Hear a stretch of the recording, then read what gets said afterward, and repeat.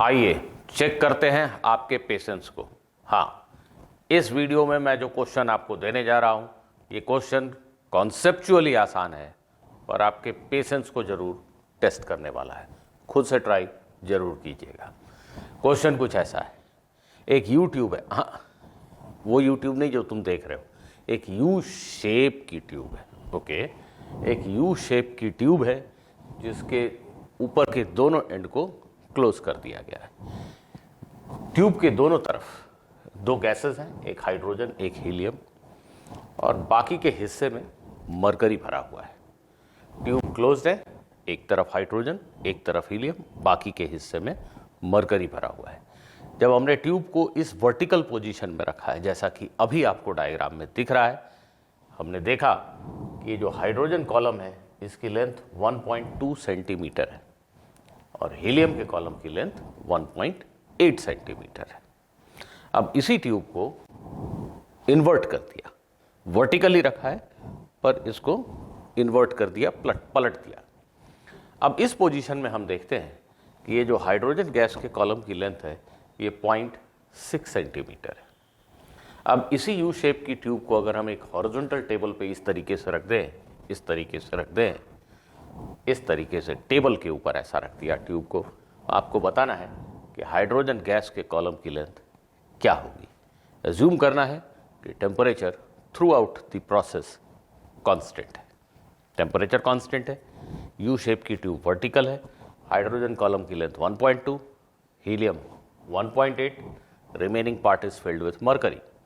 When you invert the tube, the length of hydrogen column becomes 6 mm, that is 0.6 centimeter.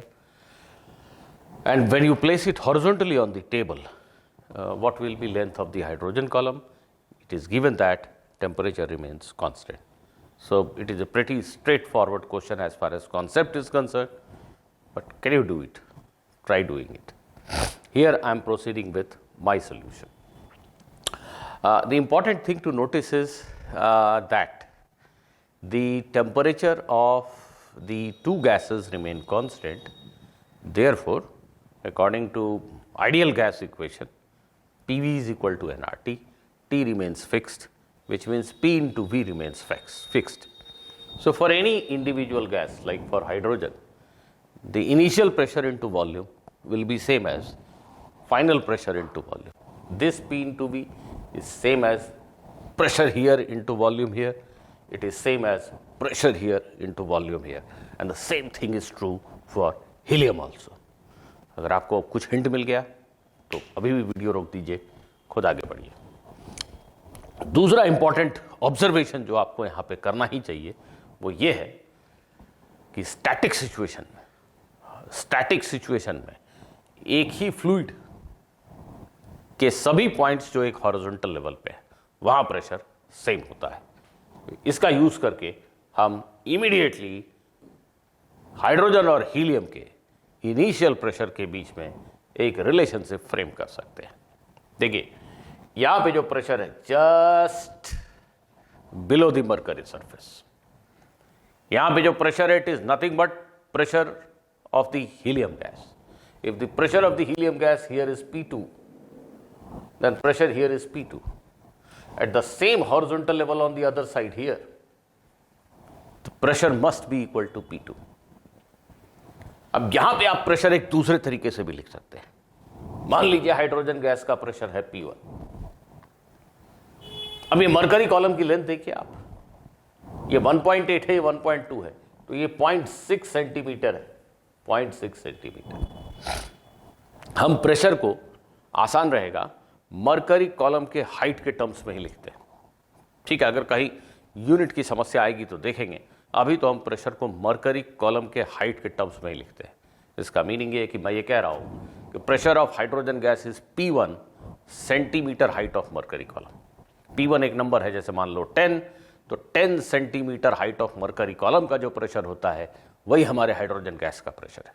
ठीक, तो hydrogen gas का pressure P1, उसमें जोड़ दीजिए 0.6, fluid mercury में आप H नीचे आए तो प्रेशर एसआई यूनिट में रो जी एच बढ़ गया ऐसा लिखते हैं, but we are writing pressure in terms of height of mercury column. तो प्रेशर P1 प्लस 0.6 ये यहाँ का प्रेशर है, P1 plus 0.6 should be equal to P2.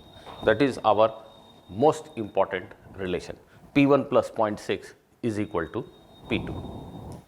Okay, अब अगर हिंट विंट मिल गया हो तो खुद से कर लो. चलो, मेरा एक ही मकसद रहता है, आप खुद से कितना ट्राई करोगे. आप कर पाओ ना कर पाओ अलग चीज़ है, पर जब आप खुद से ट्राई करते हो तो आप सबसे ज़्यादा सीखते हो. वीडियो को फिल्मों की तरह मत देखो. ठंड बढ़ी हुई है, रजाई में घुस के तो वीडियो लेके ऐसे मत देखो प्लीज़. हाँ, पेन और पेपर के साथ. अब आइए हम इस हाइड्रोजन गैस के लिए P1 V1 is equal to P2 V2 apply करते हैं. ये हाइड्रोजन गैस और यहां हाइड्रोजन गैस. ध्यान देना, यहां का प्रेशर P1, वॉल्यूम होगा cross sectional area into length 1.2. तो प्रेशर क्रॉस सेक्शनल एरिया 1.2, इसको सेंटीमीटर में ही रहने देते हैं. ये P1 V1 हो गया. दिस इज सेम एज यहां का प्रेशर इनटू वॉल्यूम. ठीक, इस प्रेशर को हम लिख रहे हैं P1 डैश, और वॉल्यूम कितना हो गया, cross sectional area A into length 0.6. तो देखिए, ये क्रॉस सेक्शनल एरिया कैंसिल हो जाएगा. आगे से ये सब लिखते समय मैं क्रॉस सेक्शनल एरिया नहीं लिखूंगा. तो P1 into 1.2 is P1 dash into 0.6. ये यहां पे डायरेक्टली ऐसा लिखा है फॉर हाइड्रोजन. ठीक, so the equation becomes 2P1 is equal to P1 dash. Mind you, P1 मतलब यहां हाइड्रोजन का प्रेशर, P1 डैश मतलब यहां हाइड्रोजन का pressure. Same thing, same set of calculations you have to do for helium also. और यहां पे एक चीज नोट करनी पड़ेगी कि ये जो पूरी ट्यूब की लेंथ है ये तो बदली नहीं. इसमें मरकरी कॉलम की जो लंबाई है ये पूरी, ये भी नहीं बदली. तो गैसेस ने जो जगह ऑक्यूपाई कर रखा है वो 1.2 और 1.8 3 सेंटीमीटर है. ओवरऑल 3 ही रहेगा, वो बदल नहीं सकता क्योंकि मरकरी कॉलम की लेंथ तो बदली नहीं. तो अगर 3 में से 0.6 हाइड्रोजन है तो नेचुरली जो हीलियम है वो 2.4 सेंटीमीटर है. इस पोजीशन में हीलियम गैस की लेंथ जो है वो 2.4 सेंटीमीटर है. तो हीलियम के लिए भी हम सेम इक्वेशन लिखेंगे. यहां का pressure into volume is equal to यहां का प्रेशर इनटू वॉल्यूम. यहां के प्रेशर को हमने P2 लिखा है और अभी जो प्रेशर है इसको P2 डैश लिखा है. ठीक है, और ऐसा आप खुद से अब लिखिए. You will be able to frame this equation. P2 into length 1.8, P2 dash into length 2.4. Cross sectional area cancels out from both the sides. So this is the equation. ये इक्वेशन और ये इक्वेशन, ये हमने दोनों gases के लिए individually P1 V1 is equal to P2 V2 apply करके पता लगाया. ठीक, यहां तक तो ठीक है. अब ये जो इक्वेशन आपने लिखा था इसको रिकॉल कीजिए. हाइड्रोस्टैटिक्स, सेम कॉन्सेप्ट को अगर यहां यूज करेंगे तो मुझे अभी यहां जो प्रेशर है जिसको हमने P1 डैश लिखा और यहां जो प्रेशर है जिसको हमने P2 डैश लिखा है, उन दोनों को हम रिलेट कर पाएंगे. किस तरीके से? यहां जो हीलियम का प्रेशर है, यहां खुद से लिखिए, यहां जो हीलियम का प्रेशर है वही मरकरी का प्रेशर है. यहां सेम लेवल पे यहां यहां यहां यहां यहां जो मरकरी में प्रेशर है वो किसके बराबर है? हीलियम के प्रेशर के बराबर. हीलियम का प्रेशर P2 डैश प्लस ये height is equal to pressure of hydrogen. ये हाइट कितनी है? ये 2.4 है, ये 0.6 है, तो ये 1.8. तो P2 डैश में 1.8 जोड़ देंगे तो P2 मिल जाएगा, P1 डैश मिल जाएगा. सॉरी, यहां जो प्रेशर है P1 डैश है. सो P1 dash is P2 dash plus 1.8. ये इक्वेशन हो गया. ठीक, अब अभी जो आपने यहां पे ये जो दो ब्लू स्टार मार के इक्वेशन लिखे हैं, तो P1 dash can be express in terms of P1 and P2 dash can be express in terms of P2. तो ये P1 डैश और P2 डैश की ये जो वैल्यूज है P1 और P2 के टर्म्स में, ये यहां सब्सटीट्यूट कर दीजिए. P1 डैश और P2 डैश को सब्सटीट्यूट कीजिए इन terms of P1 and P2. तो ये इक्वेशन ऐसा बन गया. Now you have got two equations in P1 and P2. This is your second equation and the first equation was the very first equation that I wrote here. तो ये P1 और P2 में दो relation हो गए। इन दोनों linear equation को solve करने से आपको P1 और P2 की ये वैल्यूज मिल जाएंगी। दैट मीन्स ओरिजिनली जब ट्यूब वर्टिकल था उस पोजीशन में दोनों गैस चैम्बर में जो प्रेशर था वो 1.8 सेंटीमीटर Hg और 2.4 सेंटीमीटर Hg के इक्वल। अब ट्यूब को आपने हॉरिजॉन्टल रख दिया, अब तो खुद कर लोगे। हाँ ठीक है। तो इस पोजीशन, ये जो पोजीशन है और ये पोजीशन जो है, इस पोजीशन में आप फिर से एक बार P1 V1 is equal to P2 V2 apply कर सकते हो। देखिए यहां ये समझना होगा कि टोटल गैस कॉलम की जो लेंथ है वो 3 सेंटीमीटर है। तो अगर हम हाइड्रोजन के कॉलम की लेंथ को x मान लें तो हीलियम के कॉलम की लेंथ 3 - x हो गई। ठीक, दैट इज फर्स्ट ऑब्जर्वेशन। अब करना फिर से वही है, जब हॉरिजॉन्टल रखा है तुमने तो दोनों तरफ गैस चैम्बर में प्रेशर सेम होना चाहिए, क्योंकि अब वो वर्टिकल तो है नहीं कि रो GH मरकरी की वजह से प्रेशर आएगा। तो हॉरिजॉन्टल ऐसे फ्लैट रखा हुआ है तो इट सिंपली मीन्स कि यहाँ और यहाँ गैस का प्रेशर सेम होना चाहिए। अगर यहाँ प्रेशर ज़्यादा होगा तो it will push the mercury column like this. दोनों तरफ प्रेशर सेम है, तो दोनों ही गैस चैम्बर में प्रेशर P है।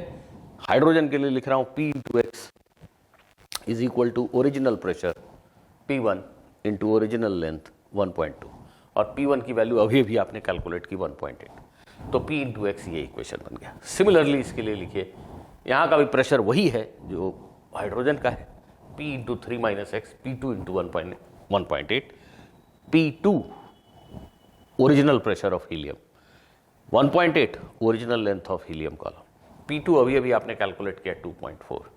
ये दोनों इक्वेशन में से रेशियो ले लीजिए, 2 / 1 कर दीजिए तो ये P कैंसिल हो जाएगा and you can simplify for x which gives you x is equal to 1 centimetre.